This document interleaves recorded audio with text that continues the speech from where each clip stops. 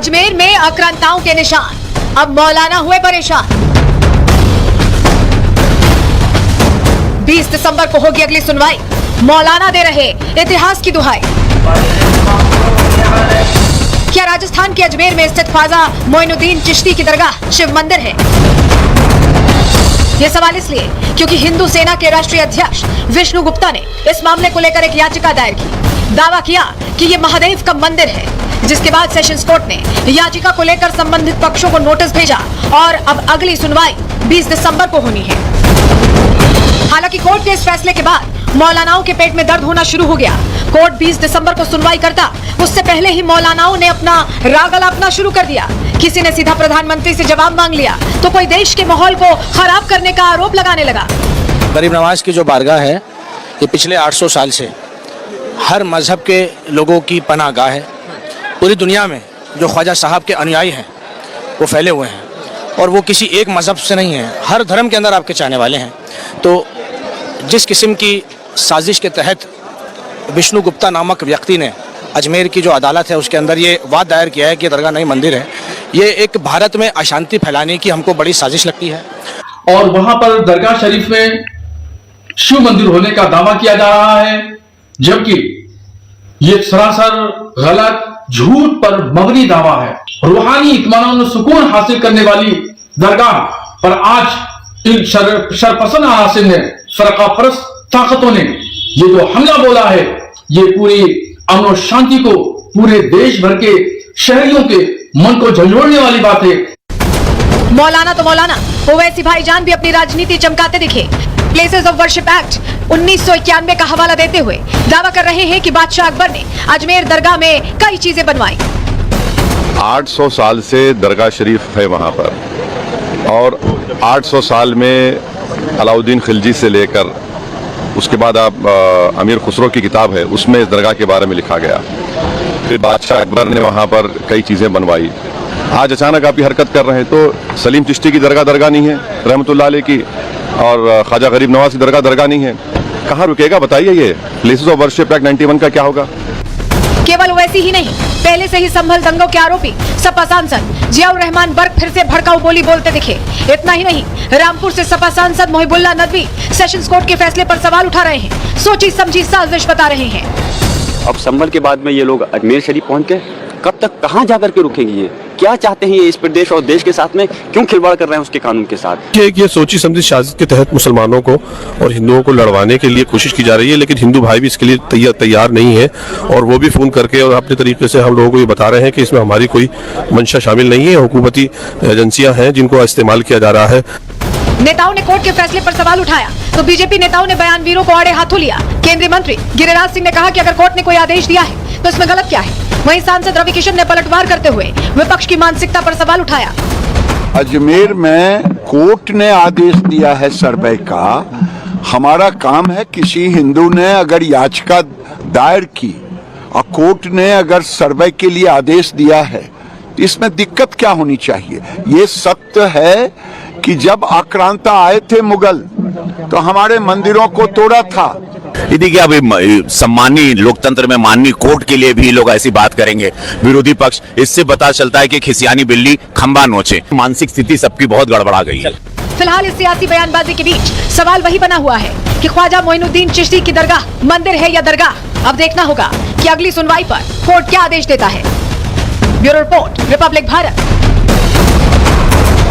वहीं हम लोगों ने स्थानीय लोगों से भी बात करके समझने की कोशिश की कि उनकी क्या राय है, क्या उन्होंने देखा है, क्या महसूस किया है, जो अभी दावा हुआ है उसको लेकर। सुनिए उनकी क्या राय है। क्या कुछ कहेंगे आप? इस पूरी जो याचिका को सुनवाई योग्य माना गया है और अजमेर की दरगाह को लेकर मैं धन्यवाद देता हूं रिपब्लिक को, जो ये न्यूज स्टडी कर रहे हैं कि ये अमन और शांति का दरगाह है।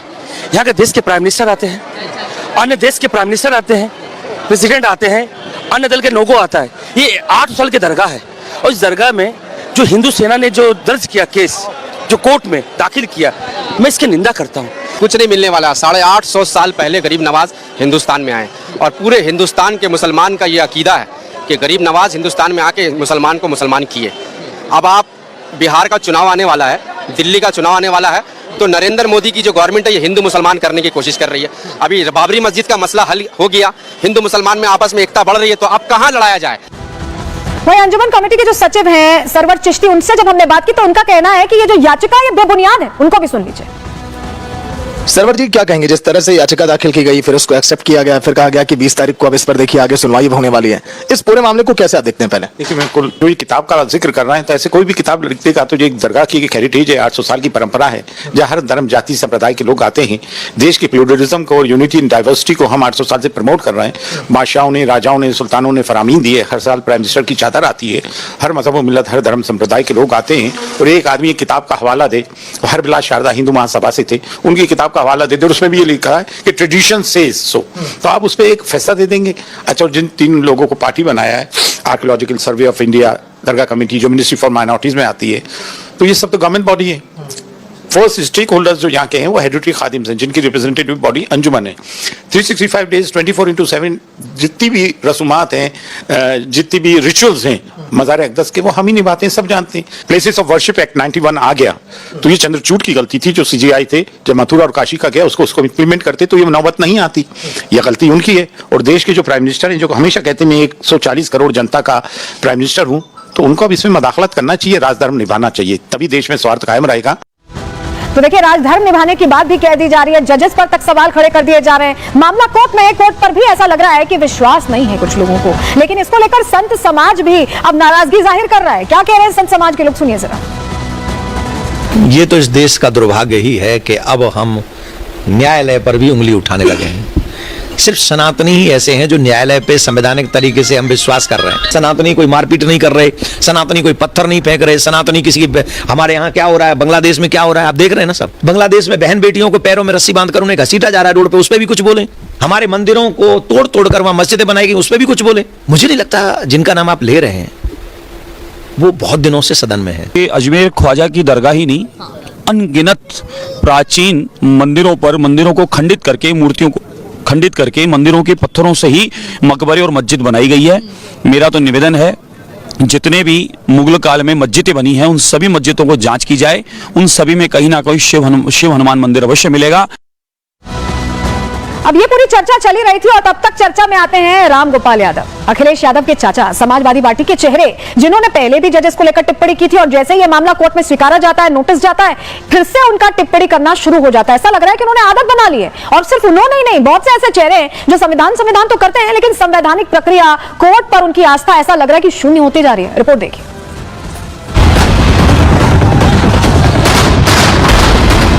पहले संभल को लेकर भड़काया, अब अजमेर पर गैर जिम्मेदाराना बयान सामने आया।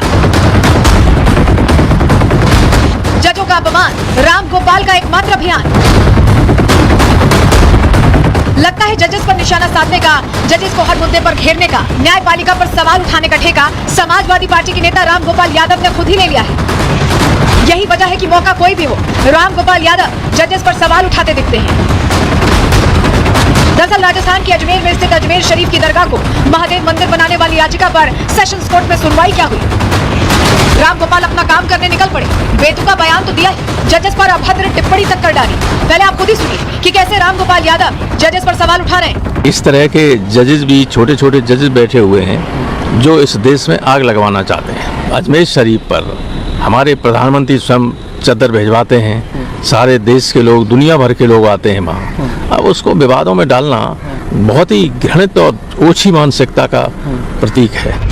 समाजवादी पार्टी के नेता राम गोपाल यादव मर्यादा भूले तो बीजेपी ने आड़े हाथों लेने में समय नहीं लगाया। इन बयानों के पीछे हार की खींच को वजह बताया और राम गोपाल के बयान को शर्मनाक करार दे दिया। न्यायपालिका पर किसी प्रकार की टिप्पणी नहीं होनी चाहिए और राजनीतिक दलों के लोगों को न्यायपालिका पर टिप्पणी करने से बचना चाहिए। मतलब और कोई काम नहीं है क्या जजेस को? हर बात को, हर व्यक्ति को क्रिटिसाइज करना क्यों कुछ जरूरी है क्या? विपक्ष का काम और बहुत सारे जिम्मेदारी के काम होते हैं जो विपक्ष नहीं निभा रहा है, और इस तरह से गैर जिम्मेदारी के बयान रोजाना कुछ न कुछ दे देना, ये देश के लिए भी ठीक नहीं होता और उन्हें कंस्ट्रक्टिव पॉलिटिक्स करनी चाहिए। हालांकि कोई पहली बार नहीं है जब सपा सांसद राम गोपाल यादव ने न्यायपालिका या फिर जजों पर सवाल उठाया हो। इससे पहले भी राम गोपाल ऐसे ही बयान दे चुके हैं।